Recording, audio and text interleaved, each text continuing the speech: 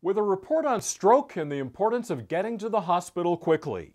Here's our reporter, Laura Windsor. Stroke is the third leading cause of death in the United States, and for those who survive, it accounts for the major cause of serious disability. We asked nurse practitioner Diane Gleeson of St. Jude Medical Center in Fullerton about the warning signs and treatments. A stroke is when there's been a blockage or an interruption in blood flow to the brain.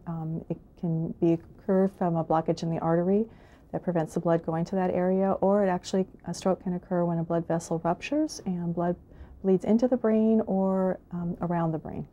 For recognizing the symptoms of a stroke, what we look at is a sudden onset of something that's different. It could be a dizziness or a confusion. It could be a weakness, such as side of the face is drooping, the arm or leg becomes weak where they're not able to use it as well as they used to, or the numbness in the arm, the sensation may have gone. Vision can be affected. You can develop a double vision, or you can lose the field of vision on one side, depending on where the injury is in the brain, on how it affected the visual optic nerve.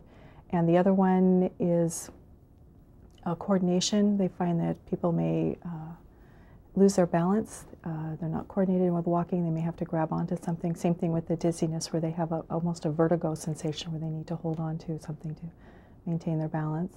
And another symptom may be your speech, where the person has difficulty pronouncing words or difficulty finding words to try to express themselves. So when they do talk, other people are finding that they're not using the right words to answer a question. The symptoms can come on very suddenly, like immediate, where somebody may be walking and all of a sudden they lose the strength on their one side of the body and they collapse. I've noticed people who maybe complain maybe 5 or 10 seconds or a couple of minutes. They notice as they try to speak, it becomes more difficult. As they try to move their arms, they notice that the symptoms get worse as the time goes on. But it can occur very, very suddenly. But usually those that occur over a long period of time, it's hard to say whether it's a stroke or not, because other things could be affecting that too, such as arm weakness or leg weakness.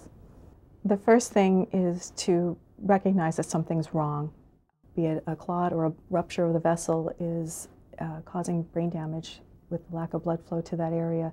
So it's very imperative that people use the 911 and get the paramedics there as quickly as possible to start the process of getting them to the hospital so they can get treatment very quickly.